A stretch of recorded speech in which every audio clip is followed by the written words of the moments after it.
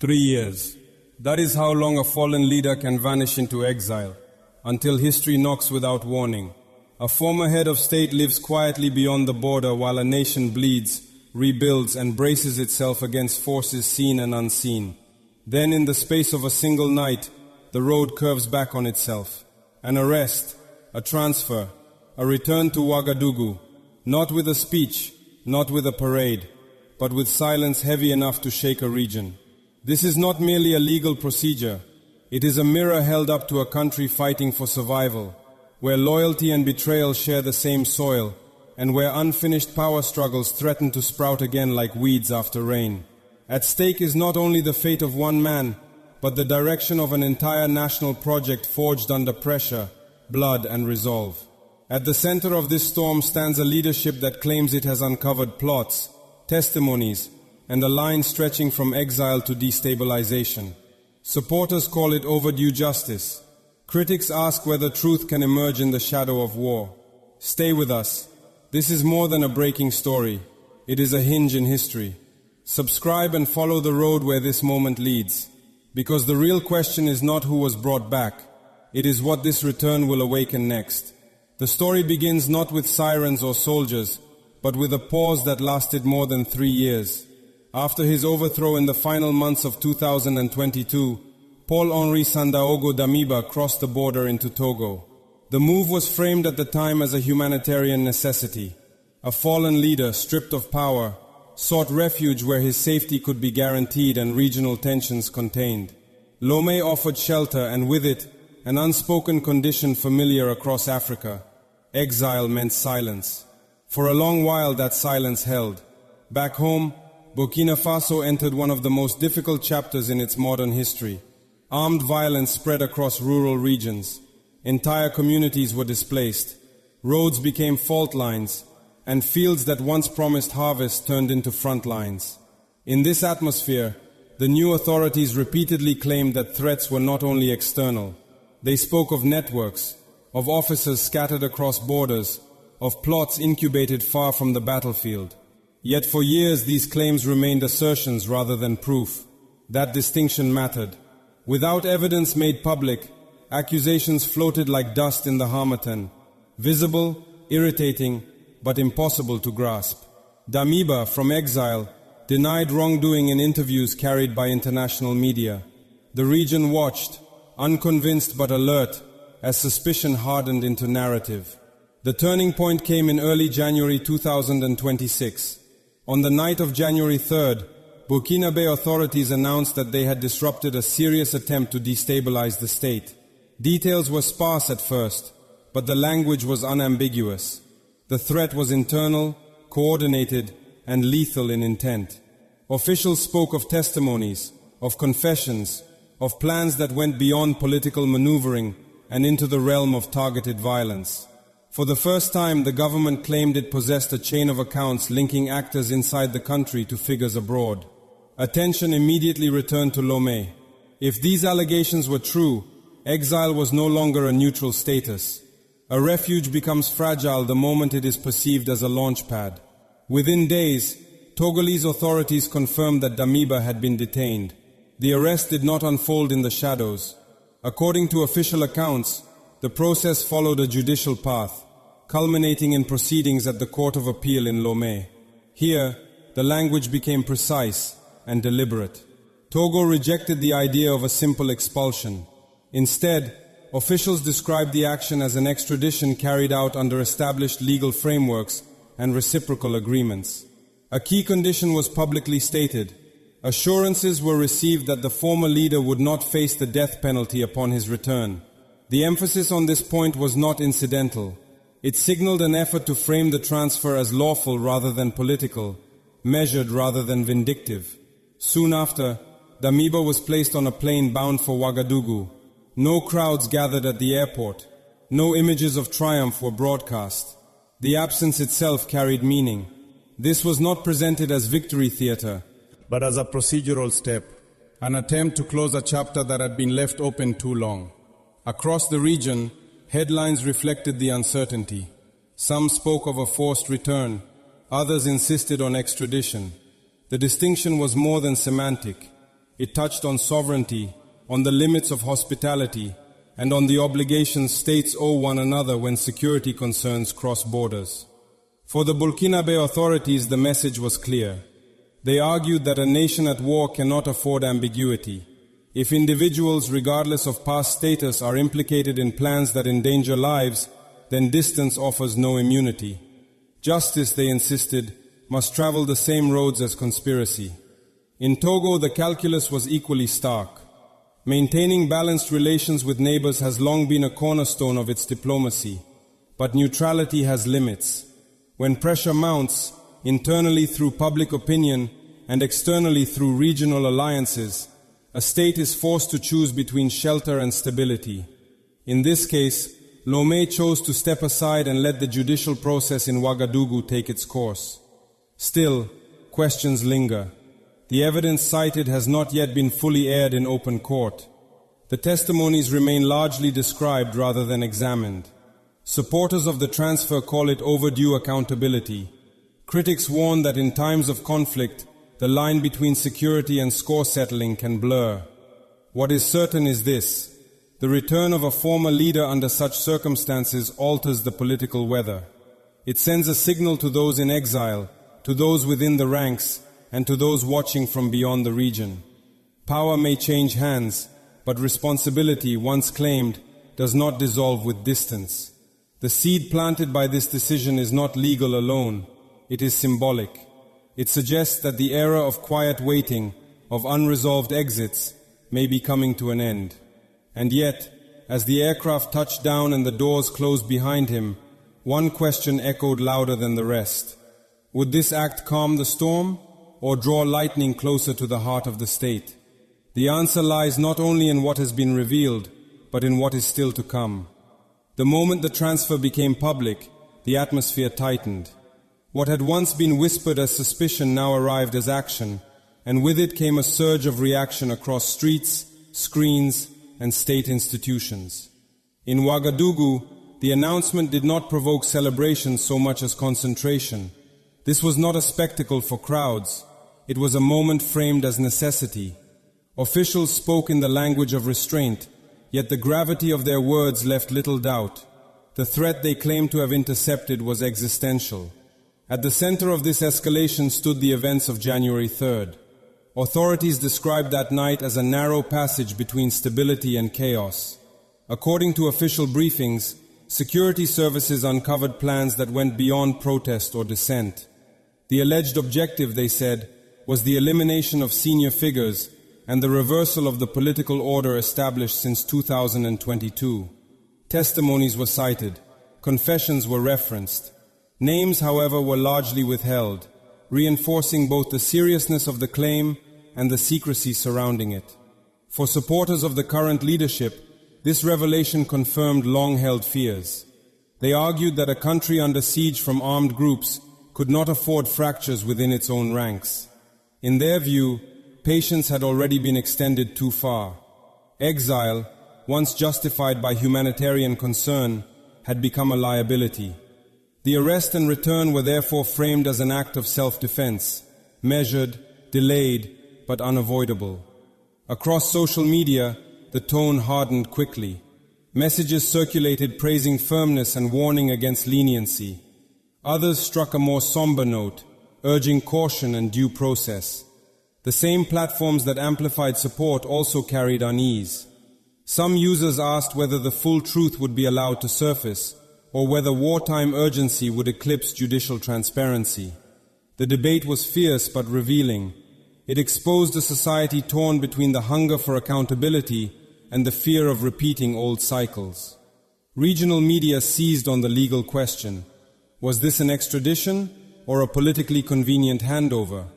Analysts dissected the role of Togo's courts, pointing to the involvement of the Court of Appeal as evidence of procedural legitimacy. The emphasis on assurances, particularly the guarantee that capital punishment would not be applied, was widely noted.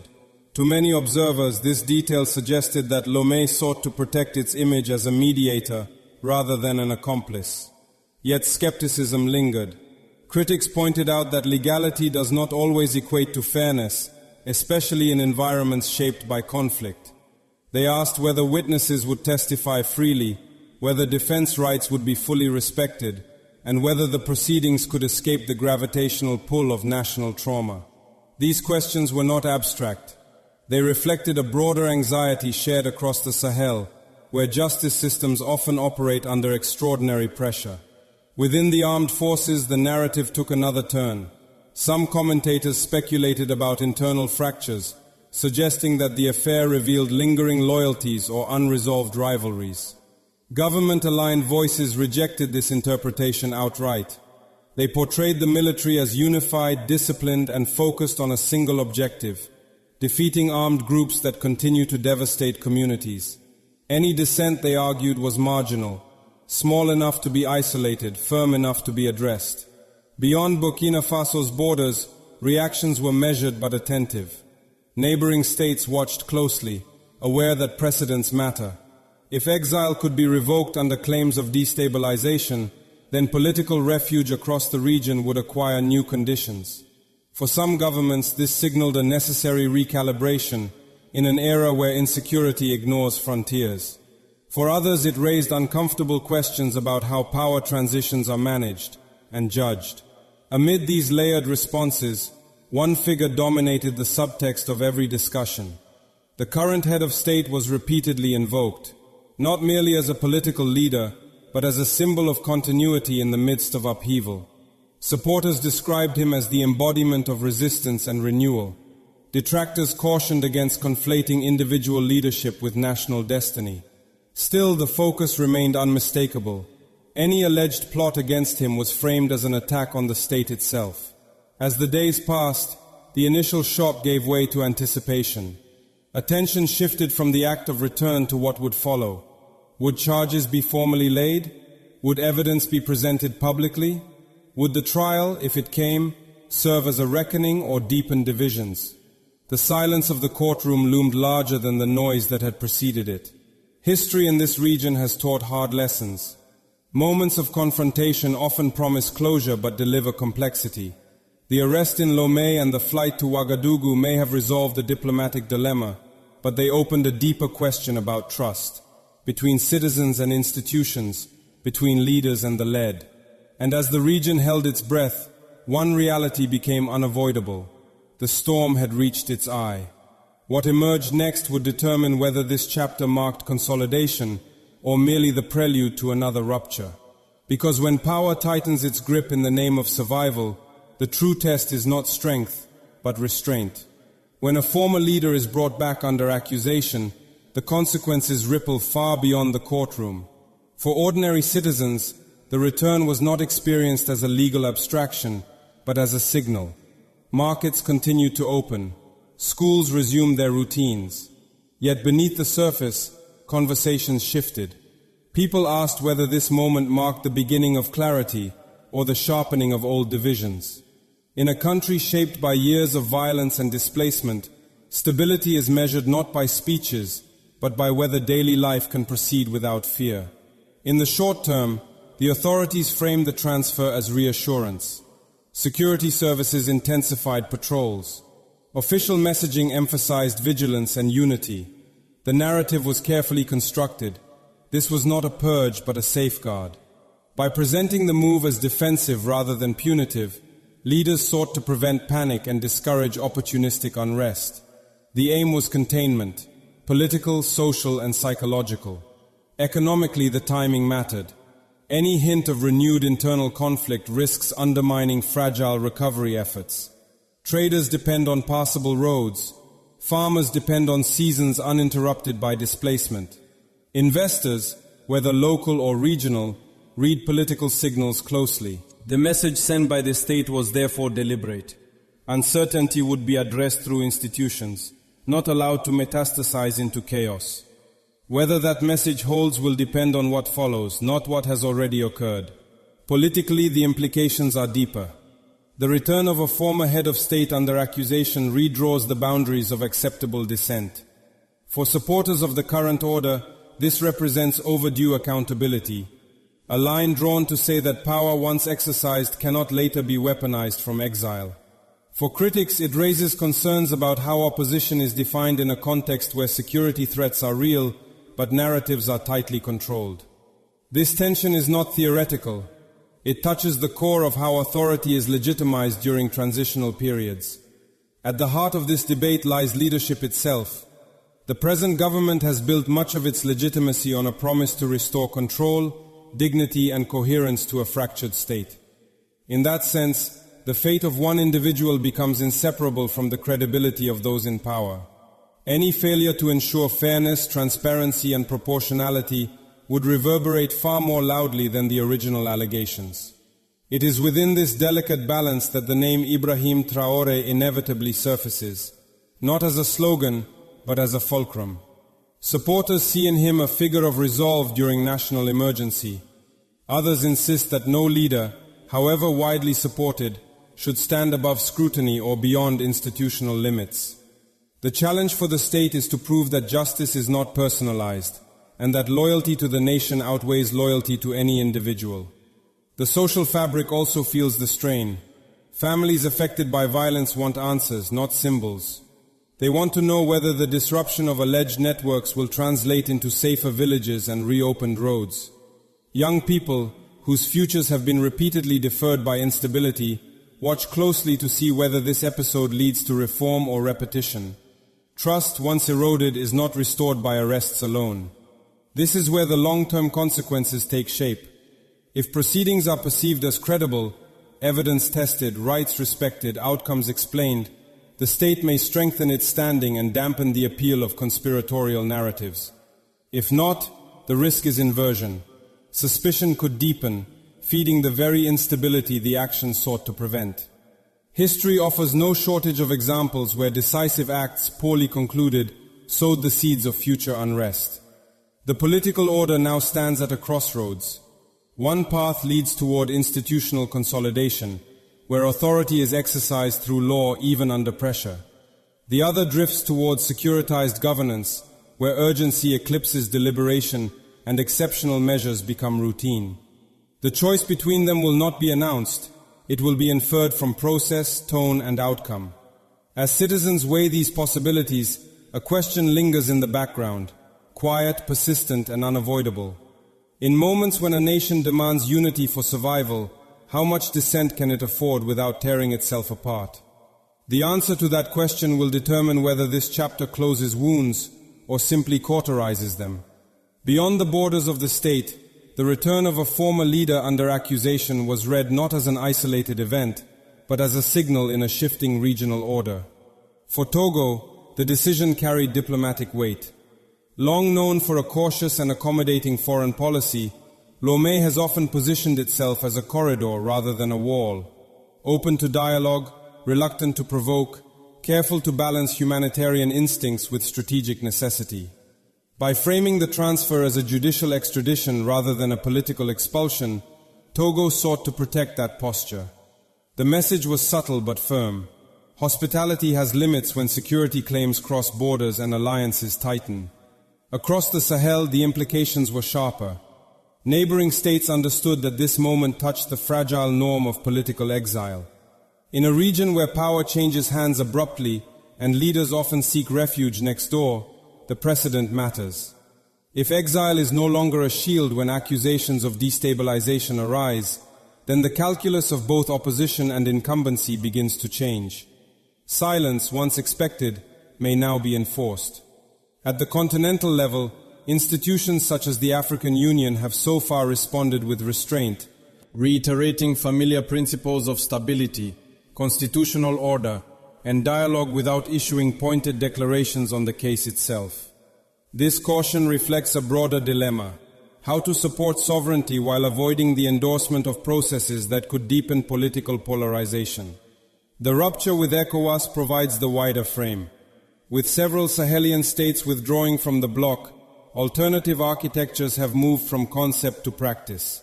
The alliance of Sahel states has positioned itself not merely as a security pact, but as a statement of intent, an assertion that regional problems require regional solutions, free from conditionalities perceived as external leverage. Within this context, the handling of internal threats becomes inseparable from the question of autonomy. It is here that Burkina Faso occupies a critical place in international narratives. To European policymakers, the country sits at the intersection of security cooperation, migration concerns, and counter-terrorism strategy. To Washington, it forms part of a Sahelian arc where instability risks cascading beyond the continent. Yet official reactions from the European Union and the United States have remained measured, focused on general calls for stability and the rule of law, rather than explicit endorsement or condemnation of specific actions. This silence should not be mistaken for indifference. International actors are recalibrating. Aid frameworks are being reassessed. Security partnerships are being scrutinized. Media coverage increasingly frames the Sahel not as a theater of intervention, but as a zone of contestation where influence is no longer assumed. In that environment, every decision taken domestically echoes outward, shaping perceptions of legitimacy and direction. What emerges is a landscape defined by caution and watchfulness. No actor wants escalation. Few wish to be seen as obstructing a government that claims to be defending itself. At the same time, the fear of setting an uncomfortable precedent restrains overt alignment.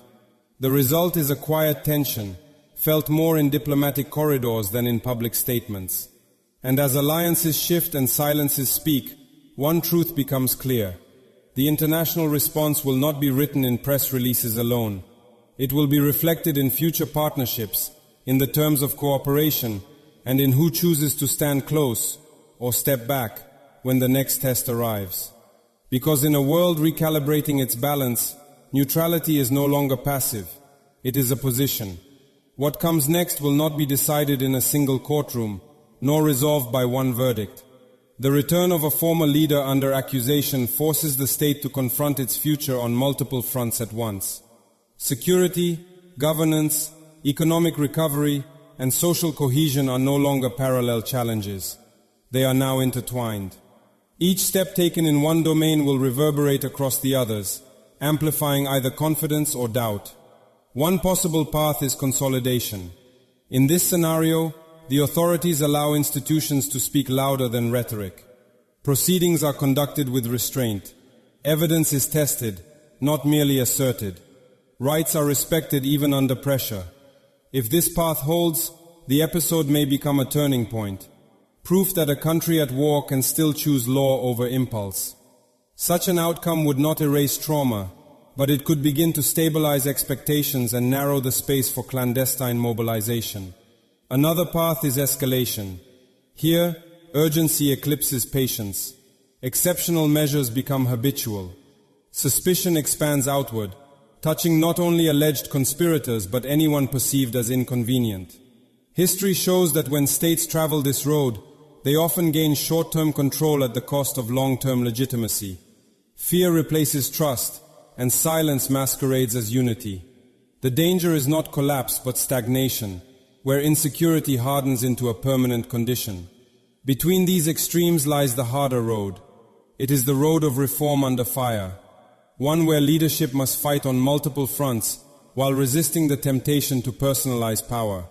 One where loyalty is measured not by applause, but by accountability. This path demands more than resolve. It demands discipline, humility, and a willingness to let institutions bear the weight of decisions that leaders alone cannot sustain. Economically, the choices are equally stark. A future built on dependency will always remain vulnerable to pressure. A future built on production, trade, and internal capacity offers slower rewards, but deeper roots. Roads repaired, fields reclaimed, and markets reopened are not symbols, they are safeguards. Without them, no security strategy can endure. Socially, the coming months will test the country's ability to heal without forgetting. Communities torn apart by violence do not rally around narratives alone. They rally when safety returns, when justice feels real, and when the promise of tomorrow becomes tangible. Youth in particular will judge this moment not by declarations, but by whether it expands their horizons or narrows them further. The broader region is watching with equal intensity. Every choice made here will inform decisions elsewhere. If restraint proves compatible with survival, it may inspire others. If force overwhelms fairness, it may caution them. In that sense, the stakes extend beyond borders. They touch the question of whether a new model of leadership can emerge under pressure without reproducing the patterns it claims to reject. The road ahead is neither straight nor smooth, but it is visible. It runs between fear and hope, between waiting and choosing. And as the dust settles from this decisive moment, the nation stands at its edge, facing a future that will be shaped not by what has been taken away, but by what it dares to build. Because the final judgment will not come from exile or return, but from whether this moment becomes an ending or a beginning. This moment will not be remembered for an arrest alone. It will be remembered for what it revealed about a nation standing at the edge of fatigue and choosing once again to stand upright. The return of a former leader under accusation has forced a reckoning that extends beyond guilt or innocence. It has exposed the fragile seams where justice, security, and dignity meet. And it has reminded the world that the hardest battles are rarely fought at the front line, but within the institutions meant to protect the future. For Burkina Faso, the question now is not whether power can be defended, but whether it can be exercised without losing its moral center. Sovereignty is not proven by force alone. It is proven by restraint, by the courage to let truth emerge through process rather than proclamation, by the willingness to show that even in times of war, the law still has a voice. History does not grant many second chances. When it does, it watches closely. Leadership in moments like this is measured not by applause, but by outcomes. The path chosen will determine whether unity deepens or fractures, whether trust returns or recedes further into memory. This is where the figure of Ibrahim Traoré carries weight, not as a symbol to be defended at all costs, but as a test of whether leadership can rise above personality and anchor itself in institutions that outlast any one man. Across the continent, eyes are fixed on this unfolding chapter, not because it is perfect, but because it is honest in its struggle, because it reflects a wider African question. Can a nation under pressure defend itself without becoming what it fears? Can it reject dependency without replacing it with silence? Can it choose trade over aid, partnership over pity, dignity over delay? The answers will not arrive all at once. They will appear in courtrooms and classrooms, on roads reopened and fields replanted, in whether young people decide to stay and build rather than leave and wait. They will surface quietly, long after headlines fade. And this is where you come in. If this story resonates, if it challenges how you think about power, justice, and the future of leadership, do not turn away. Share your perspective. Question what you hear. Add your voice to the conversation that shapes what comes next. Because history is not written only by those who govern, but by those who witness, remember, and demand better. And in moments like this, silence is never neutral. Stay with us. Subscribe, share, and let this story travel. Because the road ahead is still being built, and every step matters.